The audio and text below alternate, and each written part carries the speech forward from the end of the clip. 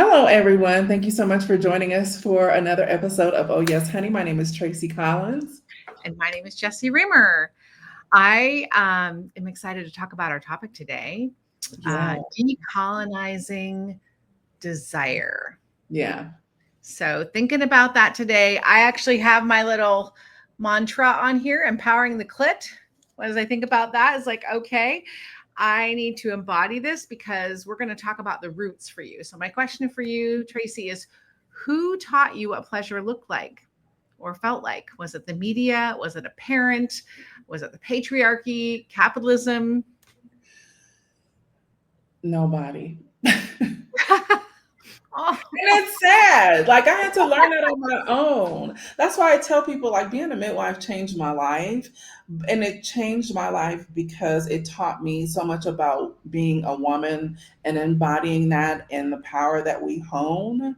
Um, yeah. Nobody taught me that. I had to go on that journey by myself.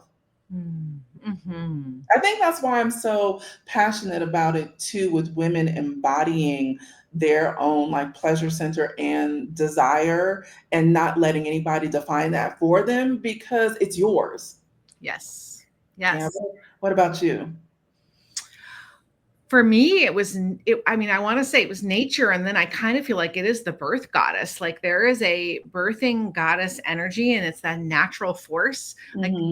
and I'm being really tangible here. Like when I was young, my parents were openish, but they didn't really talk about like pleasure as a thing. My mom gave me a dancing condoms t-shirt when I was 16 and that was like my sex ed. And Yeah. she cried when I got my cycle like, "Oh no, the ant flow came and the curse, now you got the curse." Like that Oh was yeah, it. the curse And and flow. Yeah. and Yeah. I wasn't trained to be a caregiver. So, like in those ways, and not just for my family, but I think the culture, it was like, oh, you're Mhm. here to serve. The lens is which, how can you serve me or outside of me versus internally me? So Mhm. I found myself like, I mean, in the forest with the sensuality of the moss and the trees. And in Mhm. Hawaii, it was like the ferns. And I would like go deep into the forest and discover that's like that pleasure in my body, uh, Mhm. masturbation. And that was always connected to nature. So when I saw it in, like for me, the translation is I got to see that in birth. Like like there was a moment in every birth where that birth goddess like bursts out of somebody and it is raw, pure sensation, which I really think we could call pleasure. We could call pain. We can call it a lot of things, Mhm. any number of P's, and that's all just perception. So, Mhm. even a good orgasm has that tension, that's that build up and release that could feel like, is that pleasure, is that pain? So, Yeah. so I feel like birth taught it to me as an adult, and nature taught it to me as a young woman. But everything outside of that was definitely the the patriarchal gaze. Yeah, I don't think as Black women, we don't get that level of freedom.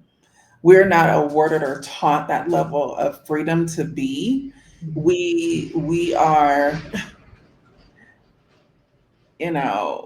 first of all, our bodies have never been our own since Plymouth Rock landed on us. Since Black bodies have been in the United States, it was really about servitude.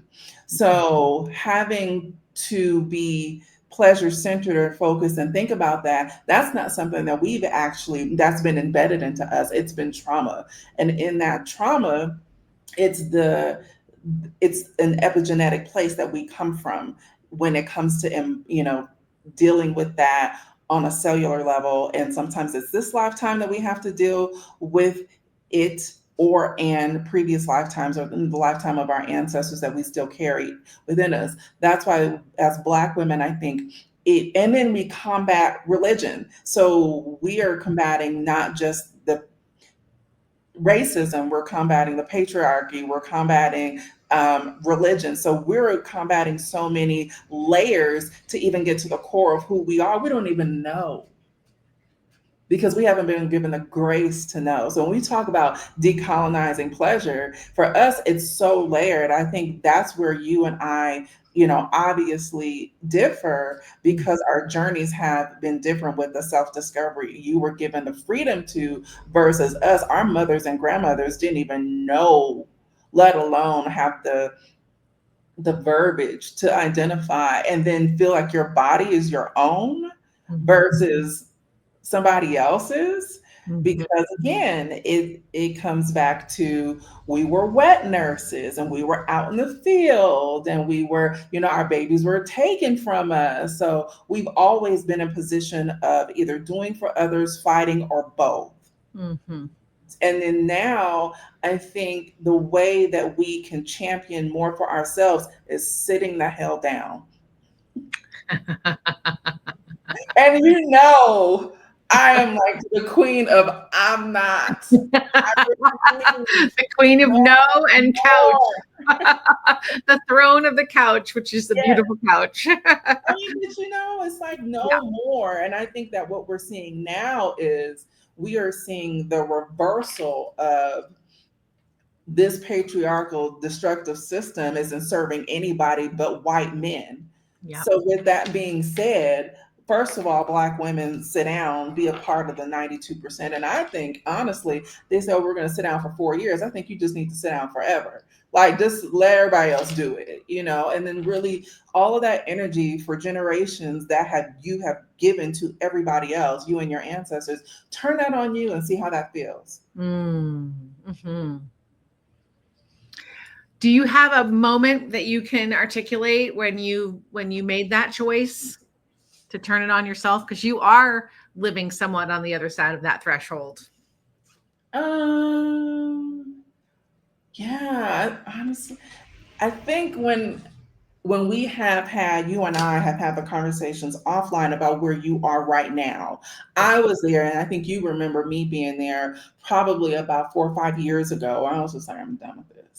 I'm done. I'm done. I'm done with this. I had the opportunity to have energy work done on me by an ex Black Panther being from Oakland, Mama Tarita, and she's just gorgeous. I've always just been in awe of her energy. And this was before I left Oakland and moved to Atlanta, and then obviously before I moved to Mexico. But she was like, you have so much energy attached to you. And you can just see her. She was probably exhausted after our session, but she was removing energy from me. And I knew it was the souls of the babies that I helped bring to Earthside, Oh yeah. and the mothers, and In all in there. And I don't even think she got it all. Like, she couldn't. there. Yeah. So it was probably about a good 4 or 5 years ago, and I was like, yeah, I'm not doing this anymore. And I'm a by any means necessary kind of girl when it comes to me. Mm-hmm. Yeah. Calling it all in. I can see there's that Headspace song, I think Modern Headspace, when it's like calling it all in. I'm calling Yeah. in all those energies from Yeah. ancestors all the way back. Anywhere I left it or somebody borrowed it or took it or is coveting it, I'm bringing Right. it. Give it back. That is Louise Hay. Have you read her book? Calling. I think it's Calling It In. Okay. Louise Hay. Yeah, I read that a long time ago. Hmm. You're reminding me of a in my early like freedom as a single person. I took me about a year and a half, but then I was like, oh, okay, I'm going to start engaging other people's energy, and I started just with hiring massage therapists, Hmm. and and different variations. Like I had many variations of that, but one I remember distinctly. I decided to use a male massage therapist for a couple of those sessions, and this person would just stretch me in different ways, and then all of a sudden sometimes somebody's like, okay, I'm just like inside of like a massage envy, and then he comes down, he whispers in my ear, and he's stretching me, not in a creepy way. That's what was wild about this, because if I tell it, it sounds creepy. But he's like, whispers in my ear as he's stretching, goes, how much pleasure can you stand? And it felt like a divine question coming through, like a Oh, calling, like how much pleasure can I stand? Because I used to get readings where I would be told, go have more fun, find the pleasure. And I'd be pissed off. Like, why did I spend money on that? ah, It's my yeah, job. Where's Yeah. my purpose? Yeah. I love that question. Yeah. I love that question. I don't know. I think I'm just I think you and I, this is where we're very similar in, it's like things are just non-negotiable. I think because we see too many things on the other side. We've seen it like firsthand. And a lot of people haven't really been in our position at the level that we've been able to experience it from a professional lens. And now it's really about calling it all in to you. And I love the fact that you said things that even have been coveted. Like that's something that you don't even think about. Like, Mhm. oh, Yes. Ooh, I get the tingles with that one where it's like the chingles. What is that? I don't know. the chills and shingles. We don't want the shingles, but the chills. Yup, I can think yeah, I bet that's a good meditation right there. I think there's probably Yeah. some of that out there. Mhm. And then like encouraging our audience is like, who had like think about like calling it all in. It's Calling in the One by Louise Hay. I actually remember it. Oh, But yeah. like calling it back to you, really redirecting. And that is part of decolonizing desire. Like, first of all, you should be desirous to me, to yourself first. Like, if you're not desiring you, like, Tracie, I desire you. Like, Yeah. and that's not the word I would use off camera. But, that's a part of like decolonizing it, and then also being unapologetic about it. And then also, I think our relationship, you and I, it's very unique as a white woman and as a black woman, because we've been able to kind of break through that barrier and have some really transparent conversations that a lot of white women aren't ready to have with black women. And Mhm. I attribute that to you, honestly, being able to, go on your journey and do the level of work that you've done. And you've really centered your work around and for black and brown bodies. Like that has been a part of your champion, a part of your legacy. And I think it's because you've been able to unpack and see the situation for what it is and do your deep work. And I know for a fact that we're able to have this kind of level of like sisterhood, because that's really what it is, and I love that for us. Me too. Well, and I mean, I think the spiritual revelation that I had and the clarity that I had, and this goes like weaving through, I mean, I still have a lot of intellectual and heart work to do, but with reproductive justice, it's like the language that we have for ourselves is only going to be in reflection to our sisters. And Hmm. so it's if I don't spend the time and commitment to do this work in real relationship, then how would I have that real relationship with myself? Because that's that. So to me, it feels reciprocal. It feels like I am doing the self work as a gift to myself Mm. because and this is the part where I really wish I hope that it's a desire I have that in all the ways that disconnection is happening and factioning is happening is that we actually realize that that there is it's just the reflection Hmm. of ourselves. Hmm. It's really that's a really spiritual concept, but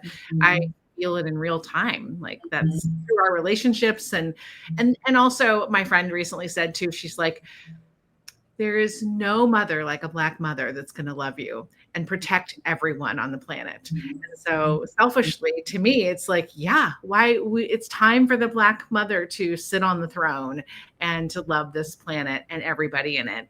And how do we elevate women to give us that opportunity? Hmm. And it's time that they listen to black women, because we're not wrong. We're not wrong. We're not wrong. And it's not mothering to where it's self-sacrificing. It is like the honor of, Yes. the honor of being uplifted and giving her rightful position that was and stolen, and giving it back. And And I think honestly, I really just think just for us all, us Black women who are here in the present, and women in total, and society, I just think it would just be better. But dealing with the patriarchal system that we see in real time losing their grip, and just the craze that they're going through right now. Like, you guys are like mental, and they're grasping at straws trying to maintain that. And I would also say part of decolonizing desire is the white woman stepping up and calling out these men and these boys. And I think that's one of the things that I know for a fact, that's one of the things that I admire about you being a mother of two boys, that you like instill in them, the work that not only that you do, I mean, that's obvious, but how to be in a world with people that don't look like them. Yeah. Well, thank you. Thank you for seeing that. I mean, we're trying. And although Yoda would say there's no try, there's either do or not do. And so I'm like, I'm continually it's plastered on my wall over there after this personal mastery workshop is telling my kids, yeah, you have to do this work. This is so important. And so, I mean, choosing to live in an environment where we have, like, my son's school is 52 languages spoken, and then being in real intimate relationship with somebody of every color and crowd all together, like, especially in Oregon, we have to work hard for it, but it also comes naturally too, because I've just been noticing, like, oh, when I sit in a room of just even like birth workers, if it's all white women, I have a level of discomfort, because it's like, this is not okay. And even if there's only two people and they're not at this table, like, we're gonna go, what was it? We're gonna go get the chair and bring it up and be able to sit with that space. So same with my kids too. I like really try to highlight that for them. That's like, be in real relationship with people. Yeah. And not being afraid of it. Like, some of the conversations may be uncomfortable, but in order to get to I mean, birth is uncomfortable. And we are always equate things like growth to birth, because you have to go through that growing pain in order to get to the other side of that light at the end of the tunnel. So, like, that's, a space of truth and a level of uncomfortability that, you have to go through, but you can't change the truth. So, like, walking through that and doing the necessary work to get through that on both sides, because there's Black trauma and there's white trauma around that as well. So doing the work on both sides to reach the collective end. However, not everybody's willing to be that level of transparency, and doing that deep dive work. So what kind of homework do we want our audience to have? Because you and I can go on and on I forever about know. this. Well, I mean, as a journaling prompt, I think it would be really amazing for someone to just think about, like, what were their earliest definitions of desire? Like, where, who taught them about pleasure and desire? What were the implications of that? How do they perceive that? Because you just named a bunch, like religion, the patriarchy, the male gaze, Yes. media. It's like, where was that? What was the first moment when you discovered, like, oh, this is my authentic experience that's not filtered by any of these outside sources. Mm-hmm. Yeah, I love the journaling prompt and doing some deep dive work on that, and being able to know that you can rewrite your own narrative. Yes. That's not for somebody else. Like, rewrite your own narrative and be a pleasure seeker. Yes. But be a And pleasure seeker. that would be the other question. How much pleasure can you stand? Oh, that's a good one. And test those boundaries. Yes. Test those boundaries. Thank you guys so much for joining us on another episode of Oh Yes, Honey. My name is Yes. Tracie. And I'm Jessie. Look forward to seeing you next time. Yes, be sure to follow us. Everything is listed below. And if you have any comments or any questions or any topics you would like for us to dive into, please write them in the comments so we can get in there and get into those topics, okay? We want to hear from you. Thank you guys for joining us on another episode, and we will see you next week. Bye-bye.